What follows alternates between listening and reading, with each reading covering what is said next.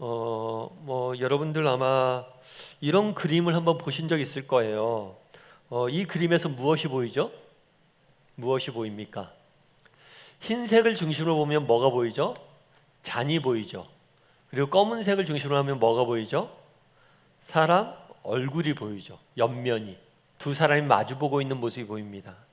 똑같은 그림이지만 어디에 초점을 맞추냐에 따라서 그림이 다르게 보여요. 관점의 차이겠죠. 예전에 그림 하나를 봤는데 이런 그림을 봤습니다.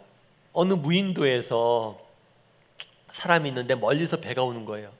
일단 야 배다 하고 너무 기뻐서 소리쳤습니다. 그런데 배의 입장에서 보니까 배도 그 섬을 보고 야 섬이다 하고 소리친 거죠. 사실은 이 배도 난파선이었어요. 그래서 머물 수 있는 섬을 찾았던 거죠.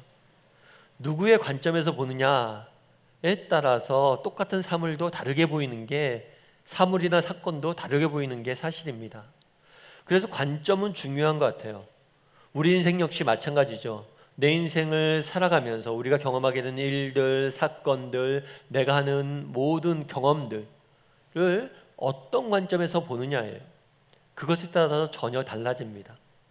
예를 들어서 직업이나 자녀도 정말 하나님께서 내게 주신 선물이라고 느끼는 사람과 내 의무와 책임이다라고 느끼는 사람은 그 일을 하거나 사람을 대하는데 다른 자세와 태도로 대할 수밖에 없습니다. 오늘 본문은 요셉이 자신의 인생에 대해서 회고하는 장면이에요. 자신의 인생에 대해서 회고하며 자신의 인생을 평가하는 장면입니다. 그러면 요셉은 어떤 관점에서 자신의 인생을 바라보고 평가했을까요? 그는 어떻게 자신의 인생에 대해서 바라보았을까요? 저는 오늘 여러분과 함께 이 요셉이 취했던 관점에 대해서 좀 살펴보길 원합니다. 이 요셉이 바라봤던 관점을 가지고 우리 역시 우리 인생을 어떻게 바라보고 어떻게 대해야 하는지에 대해서 여러분과 몇 가지 이야기를 나눠봤으면 좋겠습니다. 첫 번째로 살펴보길 원하는 것은 그 아이를 대신하여 라는 표현이에요. 사실 오늘 우리가 읽은 본문은 45장입니다. 그런데 45장을 이해하기 위해서는 44장부터 읽어야 돼요. 왜냐하면 44장의 이야기가 한 묶음이에요. 함께 이야기가 되고 있는 겁니다. 그래서 여러분과 함께 44장 1절과 2절 말씀을 한번 읽어보았으면 좋겠는데요. 앞에 있으니까 같이 한번 읽어보도록 하겠습니다. 같이 읽겠습니다. 요셉이 그의 집 청지기에게 명하여 이르되 양식을 각자의 자루에 운반할 수 있을 만큼 채우고 각자의 돈을 그 자루에 넣고 또 네 잔 곧 은잔을 그 청년의 자루에 아귀에 넣고 그 양식값 돈도 함께 넣으라고 하매 그가 요셉의 명령대로 하고.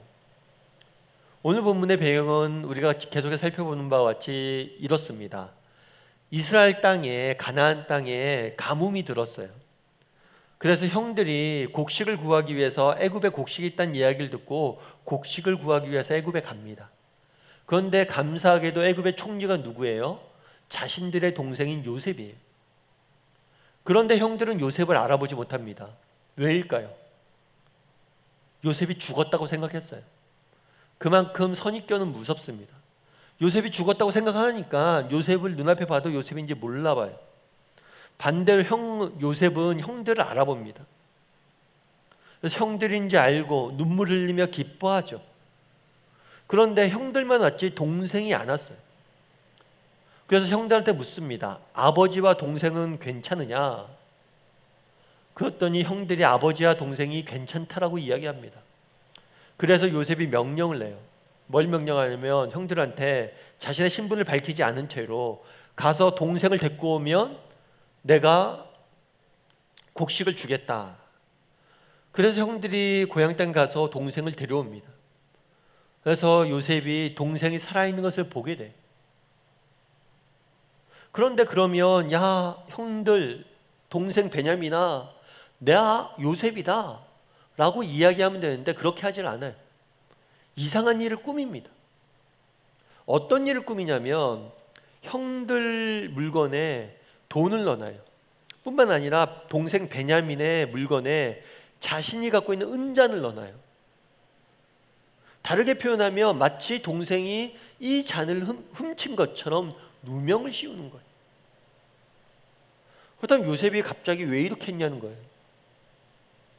그렇게 그리워하던 동생을 만났음에도 불구하고 왜 동생에게 누명을 씌우냐는 거예요. 아마 요셉이 동생에게 누명을 씌운 이유가 있는 것 같아요. 그것은 뭐냐면 시험해 보고 싶었던 것 같아요. 뭘 시험해 보고 싶었을까요? 그것은 형들을 시험해 보고 싶었던 것 같아요. 오늘 본문에 보면 은잔이 등장을 합니다. 근데 이 은잔은 한 가지를 떠올리게 해요. 뭘 떠올리게 합니까? 이 형들이 예전에 요셉을 팔아요.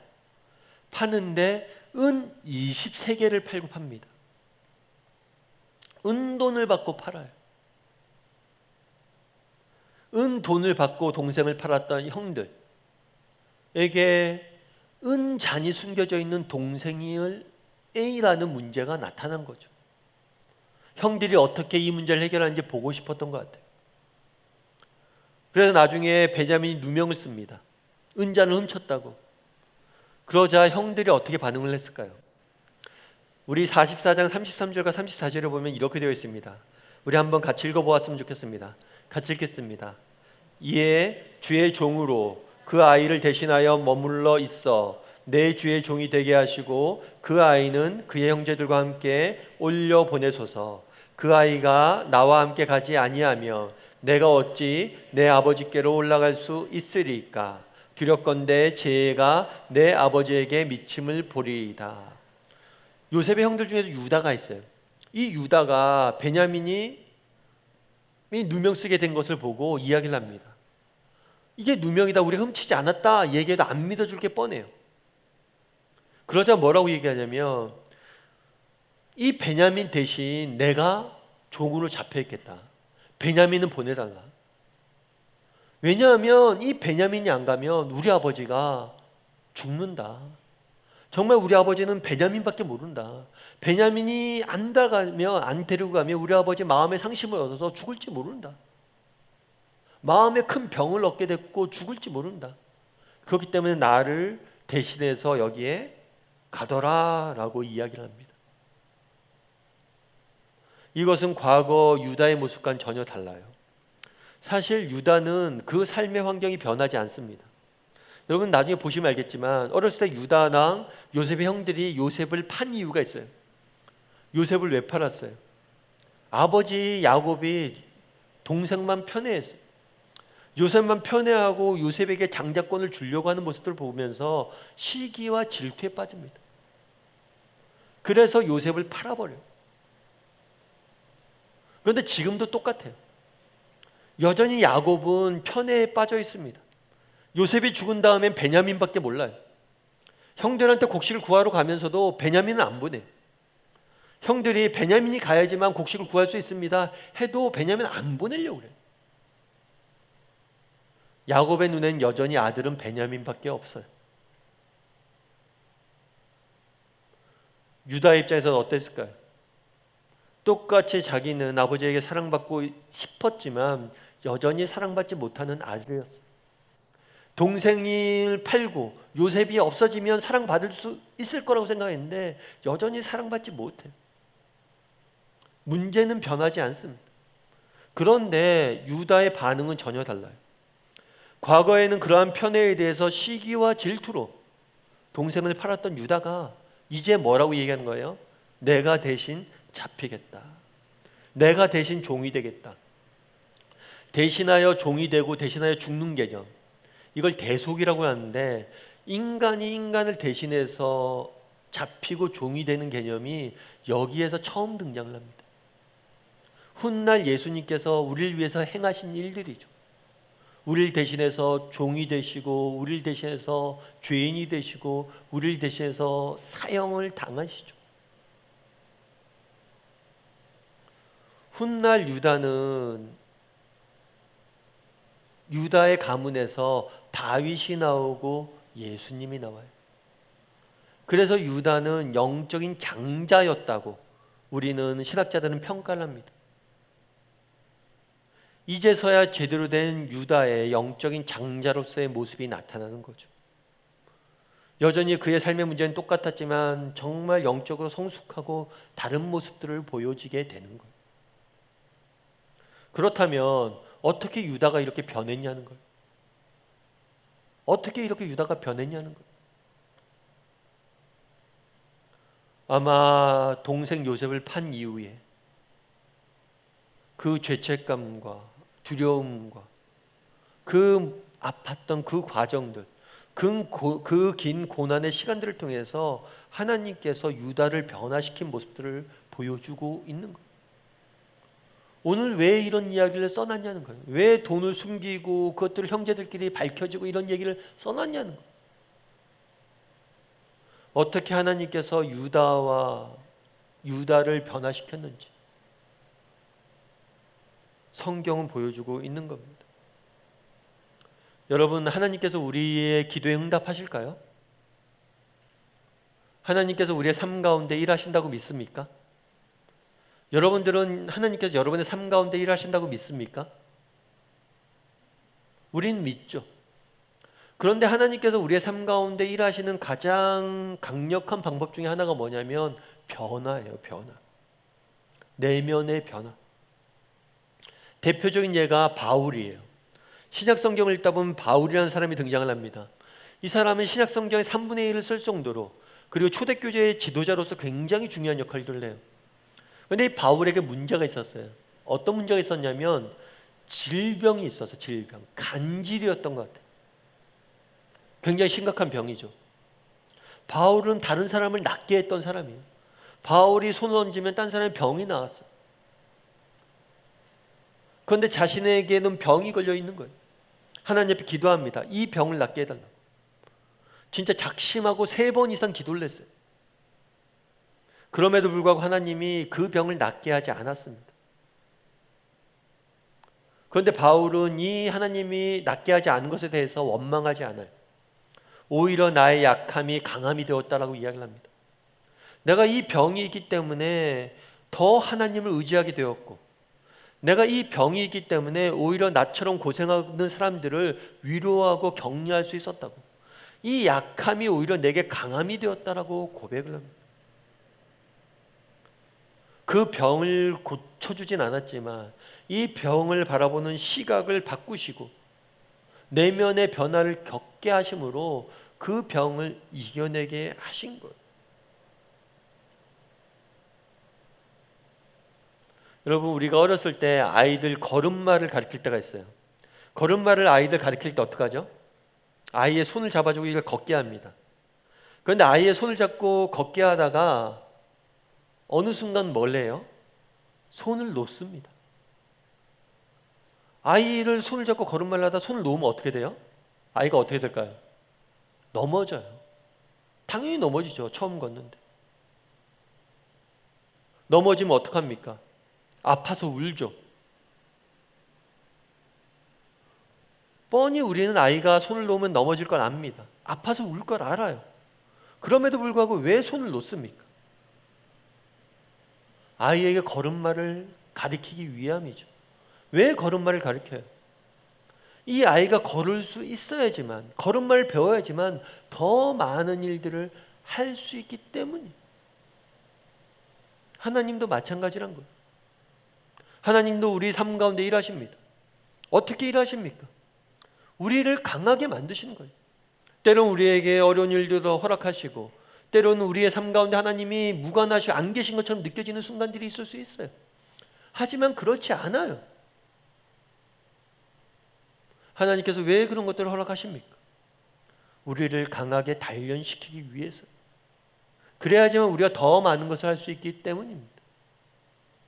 또 한 가지 제가 재미있는 그림을 하나 봤어요. 그건 뭐냐면, 가끔 아빠가 이렇게 아이를 하늘로 이렇게 던지는 이런 놀이를 하죠. 애들이랑 같이 이렇게 던지는 놀이를 하는데 시각 차이가 있다는 거예요.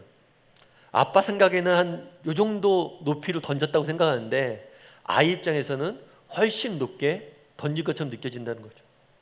그리고 엄마 입장에서 뭐예요? 저 남편이 미쳤다고, 애를 저러고 있다고 이렇게 이야기하는 거죠. 시각, 이것도 관점의 차이예요. 누구의 관점이냐에 따라서 똑같은 높이를 던져도 다르게 보이는 거죠. 그런데 누구의 시각이 정확하냐는 거예요. 누구의 시각이 정확해요? 아버지의 시각이 제일 정확해요.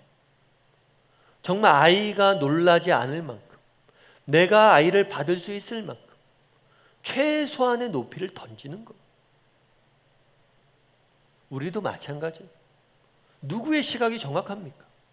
우리 하나님의 시각이 정확해요. 정말 때로는 우리에게 어려움들과 아픔들을 허락하실 때가 있죠. 왜 이것들을 허락하셨는데 즉각 이 문제도 해결해 주지 아니하시는가? 그것들을 통해서 우리를 강하게 단련시키기 위함이에요. 그런데 하나님 정말 죽겠어요 이러다가 안 죽어요. 우리 하나님의 시각이 정확합니다. 우리를 다듬고 단련시키셔서 반드시 일하실 거예요. 오늘 요셉과 그 형들의 일생을 보십시오. 우리가 보기에는 정말 형제들 사이에 서로 죽고 죽이고 정말 서로가 미워하고 시기하고 질투하고 온갖 상처만 남아있는 것처럼 보였지만 그 상처와 아픔들 가운데 하나님이 일하셨어요. 어떤 일을 하셨냐는 거예요. 그들을 변화시켰습니다. 과거의 시기와 질투로 동생을 팔았던 유다가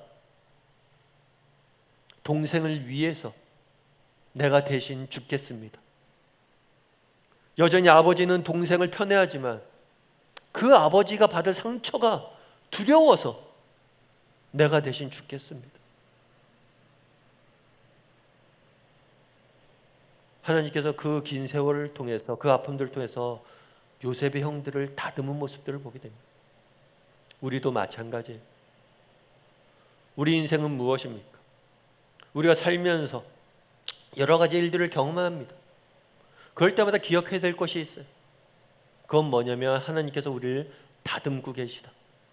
우리를 단련하고 계시다. 때론 내가 살면서 정말 나를 힘들게 하는 사람을 만날 수가 있습니다. 나를 힘들게 하는 환경들을 만날 수 있습니다.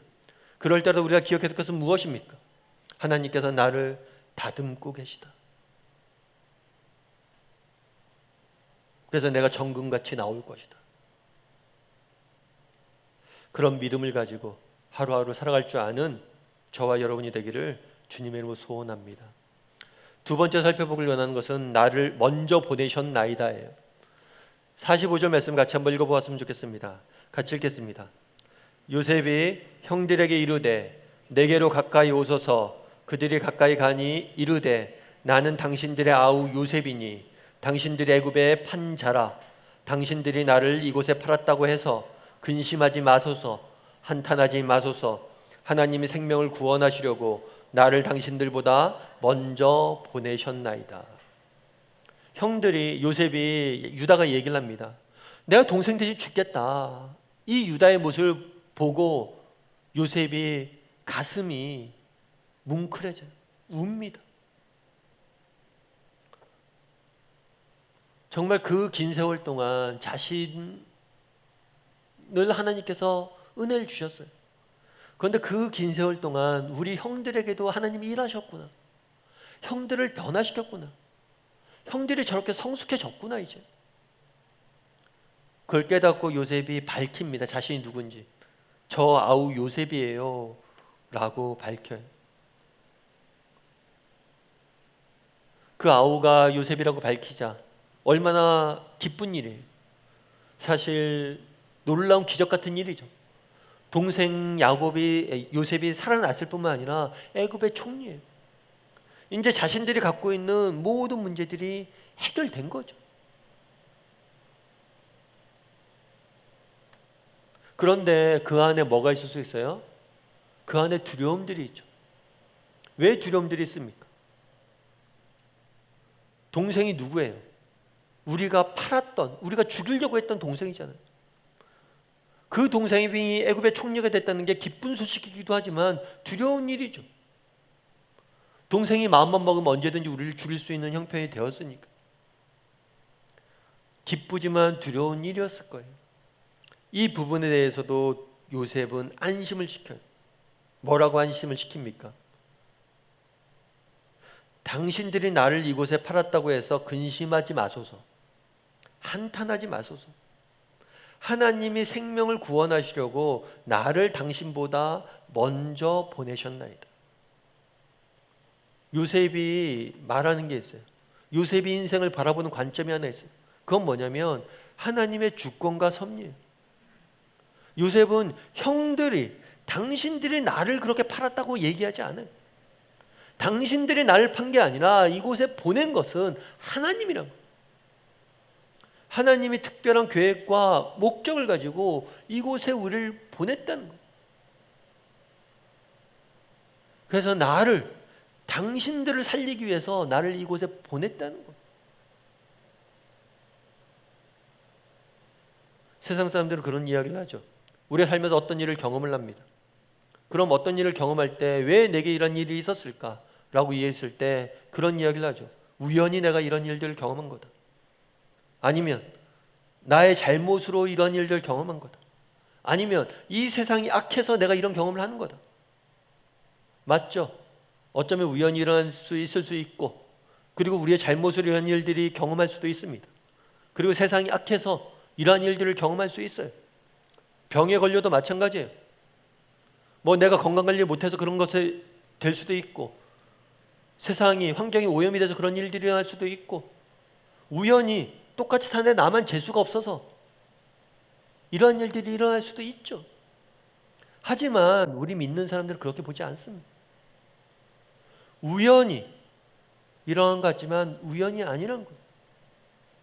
이 모든 것은 하나님의 계획을 가지고 특별한 목적을 가지고 하나님의 주권과 섭리 아래 이루어졌다는 거예요. 요셉은 그걸 고백하는 거예요. 당신들이 날 판 게 아닙니다. 하나님께서 특별한 목적과 계획을 가지고 나를 이 땅에 보내신 거란 거예요.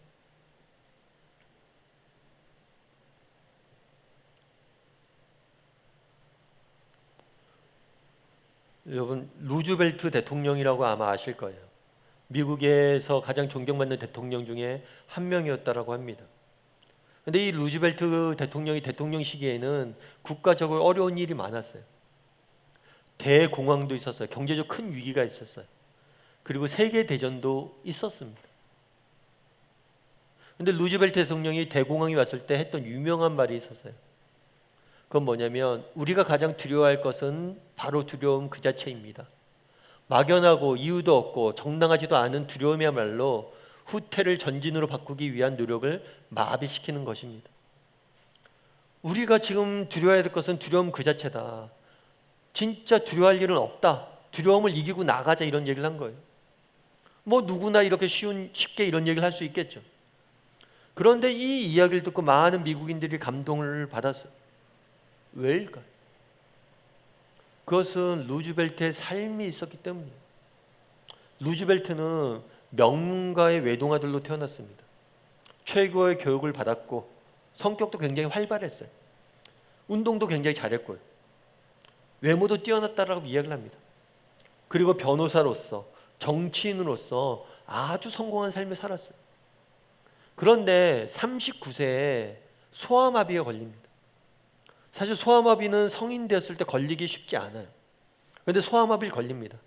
그리고 성인이 되어서 소아마비를 걸리는 경우에는 거의 다 몸을 움직일 수 없게 돼요. 이 소아마비를 걸려서 평생을 휠체어에서 타야 될 신세가 된 거예요.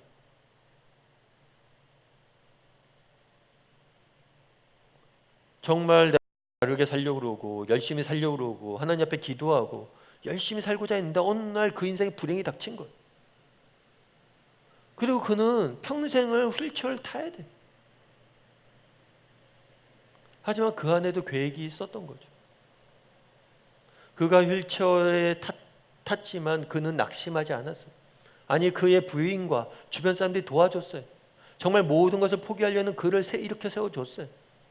그래서 결국엔 휠체어를 타고 미국의 대통령이 됩니다. 그가 이야기하는 거예요.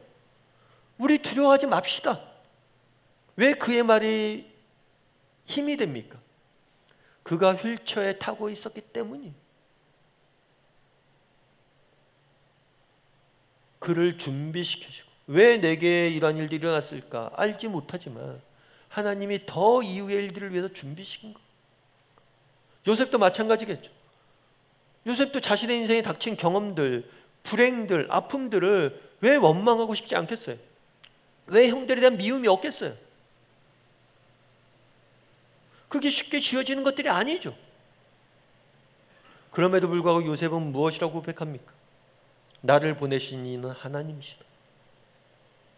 내게 아픔도 있고 상처도 있고 고통도 있고 슬픔도 있지만 이 모든 것은 하나님의 선한 목적과 계획을 가지고 이루신 것이다. 바라기는 우리 다음의 식구들도 정말 이러한 믿음들이 있었으면 좋겠습니다. 우리 생을 주관하시는 분이 누구십니까? 하나님이십니다. 정말 우리가 수동적으로 살자는 게 아니에요. 정말 이런 어려움들이 있어도 하나님께 특별한 목적과 계획이 있을 거예요. 난 믿음을 가지고 그걸 이겨내자는 것.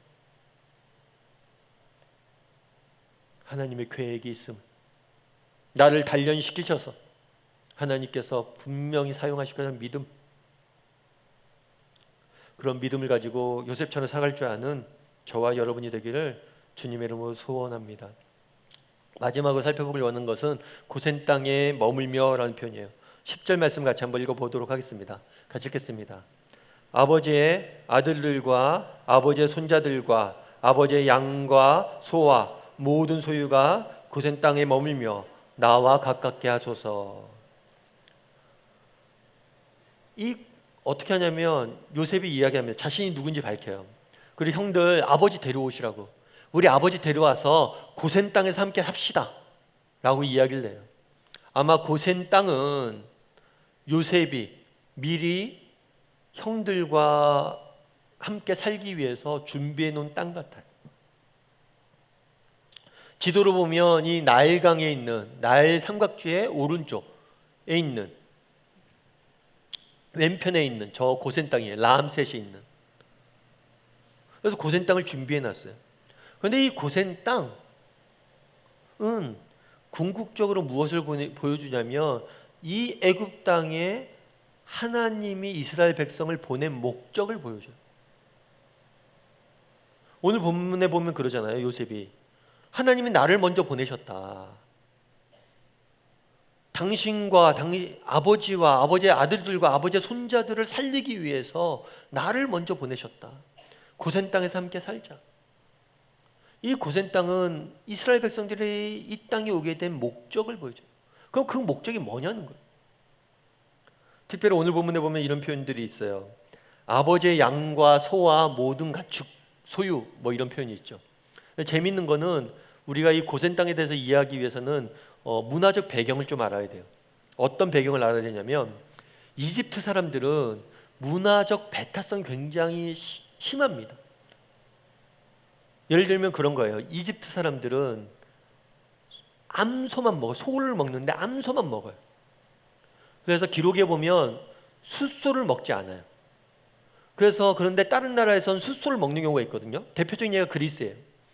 그래서 그리스 사람들이 숫소를 먹기 때문에 숫소를 먹은 사람과는 입도 마주치지 않는데요. 입맞춤도 안 한대요. 그리고 숫소를 잡은 칼로는 자기 암소를 칼도 못 쓰게 해요. 연장도 안 쓰게 해요. 그러니까 자기들이 봤을 때 불길하다라고 느끼는 것은 완전히 불결하다고 느끼는 것은 상종 자체를 안 하는 거예요. 그런데 이집트 사람들은 뭘 안 하냐면 양을 먹지 않아요. 그리고 양을 친 사람들을 싫어합니다. 그래서 나중에 물어요. 형들한테 얘기를 해요. 바로가 당신들이 뭐 하는 사람이라고 물으냐면 뭐라고 대답하라고 그래요? 양 치는 사람이라고 이야기하라. 이집트 사람들은 문화적 배타성이 컸기 때문에 양 치는 사람들과는 거리를 두고 지냅니다. 그래서 고센 땅에서 뭐냐면 그 형제들과 요셉과 이스라엘 사람들만 모여서 살아요. 이게 왜 중요할까요? 사실 지금 야곱은 삼촌 라반 집에서 오랫동안 지냈습니다. 그러다가 고향으로 돌아와요. 고향은 가나안 땅이에요. 가나안 땅은 하나님께서 약속하신 땅이고 주겠다는 땅이에요. 그런데 그 가나안 땅에 들어와서 야곱과 그 아들들, 그러니까 요셉과 요셉의 형제들이 사는데 계속 야곱과 요셉과 그의 형들이 뭘 하냐면 가나안 여인들과 결혼을 해요. 단순히 결혼할 뿐만 아니라 그들의 문화를 다 받아들여요. 다르게 표현하면 하나님 보시기에 정말 이 친구들이 하나님의 백성으로서 이스라엘 민족으로서의 정말 정체성을 잃어버리고 가나안 족속과 어울리면서 완전히 가나안 사람이 되어져 가는 거예요. 이걸 하나님께서 볼 수가 없는 거예요. 그래서 어떤 결단을 내리냐? 이들을 애굽에 보내는 거예요. 애굽의 문화적 배타성 속에서 자라게 만드는 거예요. 그래서 그 결과 애굽에서 고센 지역에서 모여 살면서 민족의 정체성을 유지하면서도 민족의 규모를 키웁니다. 하나님께서는 그 계획이 있었던 거예요. 애굽에 보낸 이유가 무엇이냐? 이스라엘 백성들이 민족의 정체성들을 키우게 하기 위함이었어요. 이를 위해서 이스라엘 백성들을 보내기 위해서 가나안 땅에 기근이 들게 하고 그 전에 요셉을 미리 보내놓은 것. 그래서 요셉이 그 땅을 준비해 놓은 것. 우리도 마찬가지예요. 하나님께서 우리를 이 세상에 보낸 이유는 무엇입니까? 이 땅에서 우리 이 땅에 보내신 이유는 무엇이고 우리로 하여금 예수를 믿게 하신 이유는 무엇입니까? 그것은 구별이에요. 정말 이스라엘이 하나님의 백성으로서 구별된 삶을 살기를 원하셨던 거죠. 우리도 이 땅에서 하나님의 백성으로서 크리스찬으로서 그리스도인으로서 구별된 삶을 살기를 원하는 것. 예전에 제가 아우슈비츠와 관련된 글들을 좀 읽은 적이 있어요. 아우슈비츠 수용소는 나치가 유대인들과 전쟁, 포로들을 수용하기 위해서 만든 수용소죠. 그런데 이 전쟁 포로 수용소가 갈 때 어떻게 하냐면 기차를 타고 가요. 포로 수용소까지. 근데 이 기차는 화장실이 없는 기차예요. 화장실이 없는 기차에서 오랫동안 달리게 합니다. 그 다음에 기차에서 딱 내려주면 사람들이 막 기차에 내려서 아무 데서나 용변을 가요. 그리고 기차를 통해서 수용소에 도착하면 사람들 옷을 다 벗겨요. 왜 이렇게 하냐는 거예요. 인간으로서 갖춰야 될 최소한의 부끄러움, 창피함 이런 걸 못 느끼게 하는 거예요. 인간으로서 갖춰야 될 가장 기본적인 부끄러움과 창피함을 못 느끼게 하면 이 사람들이 인간이라는 정체성을 잃어버린다. 그러면 그 다음부터 수용소에서 관리하기가 편한 거죠. 그냥 먹을 것만 주면 움직이는, 생각하지 않는, 먹고 사는 것만 위해서 달려가는 하나의 짐승처럼 만드는 거예요. 다르게 얘기하면 이 사람이 뭐라고 썼냐면 아우슈비츠 수용소에서 우리는 굶어 죽는 것이 아니라 그 수용소에 이미 도착하기 전에 인간이란 정체성을 잃어버림으로 우린 이미 죽었다. 그러면서 그 사람이 자기가 수용소에서 했던 게 있다. 그건 뭐냐면 조그만 거울 조각을 하나 갖고 있었대 늘. 그리고 아침마다 그걸 보면서 나는 인간이라고. 그리고 매일 면도를 했대. 내가 인간임을 기억하기 위해서. 인간이란 정체성을 잃어버리는 순간 우리는 죽는다는 거예요. 세상도 마찬가지예요. 세상도 우리에게 하는 게 무엇입니까? 우리가 누구인지 잊게 만들어요. 우리가 기억해야 될 것은 무엇입니까? 우리가 누구인지. 바라기는 정말 이 사람처럼 우리도 날마다 정말 하루를 시작할 때 우리가 누구인지 기억했으면 좋겠습니다. 그래, 난 하나님의 사랑받는 자녀야. 그래, 난 그리스도인이야. 하나님이 나의 아버지 되셔. 정말 그분이 내 인생을 지키고 인도하실 거야. 내 삶의 주권은 그분에게 있어. 정말 아침마다 일어나서 정말 우리가 누구인지를 기억할 줄 아는 사람들이 되었으면 좋겠습니다. 그랬을 때 정말 우리 삶 가운데 변화가 있을 거예요. 그날에 왜 그 땅에 요셉을 보냈습니까? 정체성을 지키게 하기 위해서. 왜 정체성을 지키는 게 중요합니까? 그걸 잃어버린 순간 우리는 모든 것을 잃어버리기 때문입니다. 바라기는 날마다 정말 우리가 누구인지 기억할 줄 아는 다음의 식구들이 되기를 주님의 이름으로 소원합니다.